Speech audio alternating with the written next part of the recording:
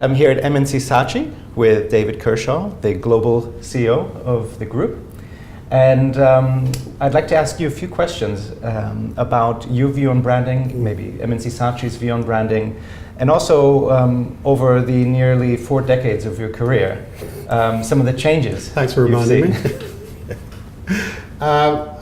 Yeah, I think it's interesting. I think some fundamentals actually have not changed. I think they are immutable truths of branding, that essentially brands are there, they're differentiated to have a purpose, and that purpose is clearly for consumers to meet their needs, and in doing so consumers will buy more of them, buy more than the expense of another brand. I mean, all the sort of the reasons why marketing exists.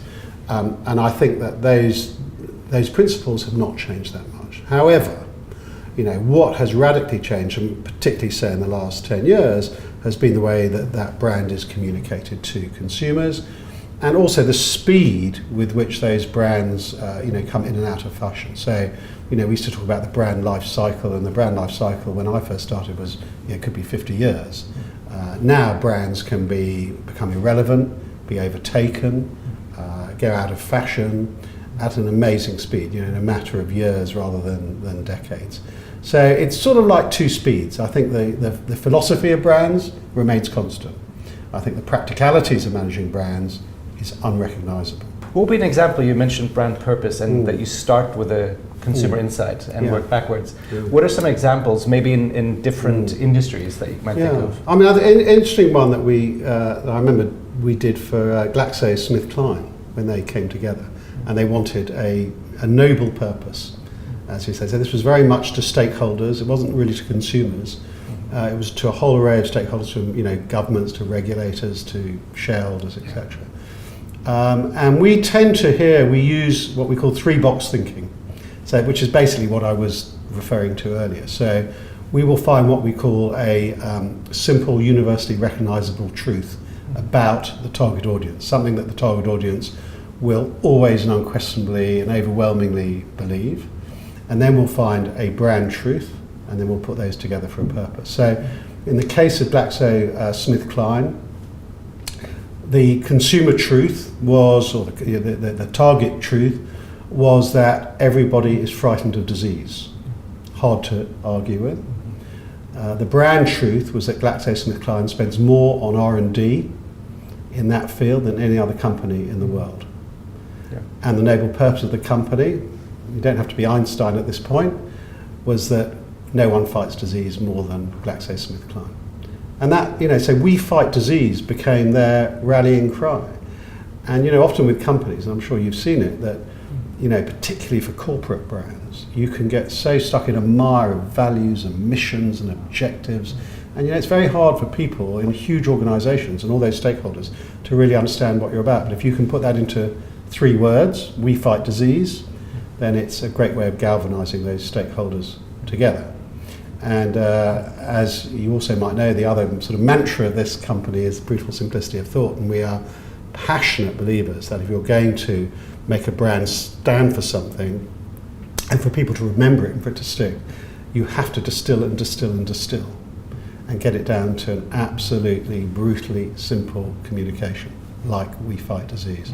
Because it's always easy with a brand to say 6 things. It's getting it down to 1, because you always the dreaded word is and.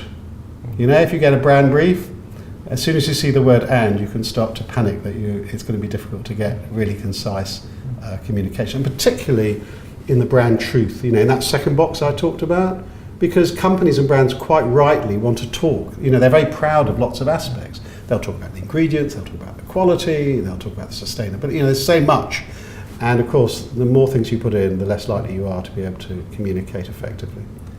And I assume the changing environment that you mentioned, with the fragmentation of the media landscape, having a brutally simple thought also leads to more simplicity and sort of consistency, it's I guess. The glue that holds it together, because I think, again, if I go back to my grainy, nostalgic days when I first came into the industry, you could run, maybe 2 weeks worth of TV, and you'd get up to 80% coverage of the population, and you'd have a big outdoor campaign. I mean, you didn't have to spend that much money or to be a brilliant communication media planner to get to everyone with sufficient frequency to have impact with your message. Well, now trying to put together coverage, as you know, is it's like a mosaic. You know, there's hundreds of pieces you've got to put together through traditional media, digital media, social media. And so, you know, and each of those media will require different lengths. So you might be talking about a 30-second TV commercial, you might be talking about a 10-minute piece of content that sits on someone's Facebook page. So there's even more need to have some glue, you know, that brand glue, that purpose, which will hold all those different formats together. And, you know, because the consumer is seeing these things in lots of different places, at lots of different times, in lots of different formats. So the chance of them having a coherent view of what that brand is about, it's a lot tougher to pull off. And you mentioned different stakeholders in terms of communication. To what degree are you involved in internal communications of the brand? A lot. I mean, we're currently working on a brief. I won't say who for, but it's a good example. It's very current in mind for a very, very well-known investment bank. And yes, they want to influence people that they seek to advise or help raise capital. But interestingly enough, the first thing that they talked about in the brief, in which we spent, you know, a huge amount of time, was how we could unite the internal audiences. Because, you know, it's like an investment bank. There might be people doing wealth management, there might be bond traders, there are advisory people. They've all got a very, very different view of what that brand is about and what their role is in it. And so having, you know, getting back to the glue word, being able to make people in a very diverse organisation with very different motives kind of operate to the same drumbeat of what that brand and what that company is about is extraordinarily important. And particularly, you know, in service businesses where you're asking people to behave in a certain way, it's a lot tougher than saying, okay, well, each chocolate bar is going to deliver that brand value.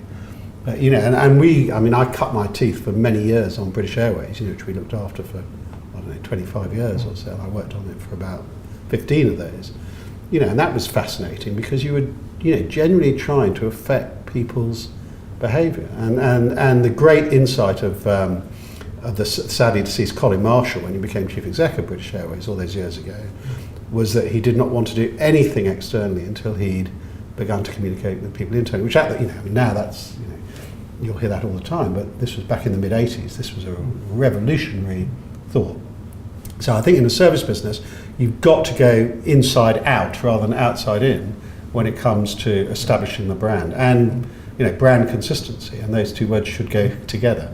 But it's obviously a much tougher ask in a service business than a product business. Yes. David, you took some time out and you got your degree at London Business School in 1982. How did a business degree play into your career, and how did it affect you as an advertising man? Yeah, well, I'll tell you how I got into it, because that was interesting, because that really was the heart of what I was after. Was that I'd come out of university where I'd studied politics just because I was interested in it, and got into a graduate scheme at an agency.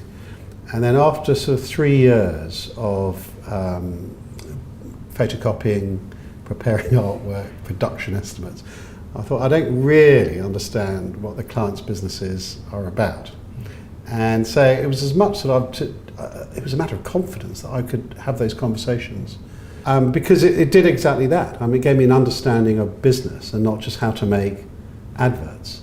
And so things, you know, from learning, you know, basically how to read a set of accounts, to marketing strategy, to business strategy, to organisational behaviour. All these things are, interesting enough, some of them at the time you thought, well, this is not, you know, particularly interesting or relevant. And then, of course, when I came back, and I was fortunate enough to sort of get up the management ladder, and when I became the CEO of Saatchi in the UK, which was 1990, so 8 years after I'd left LBS, it was amazing how many of those things kicked in, because finally I wasn't just talking to clients about their business, I was having to think about how we ran our business, and invaluable. I've still got my file of MBA notes, and occasionally I'll just go back, you know, that's a long, long time ago, so it played a huge part in my own personal development. And long may it last. Thank you for your time, David. Thanks very much, Nader.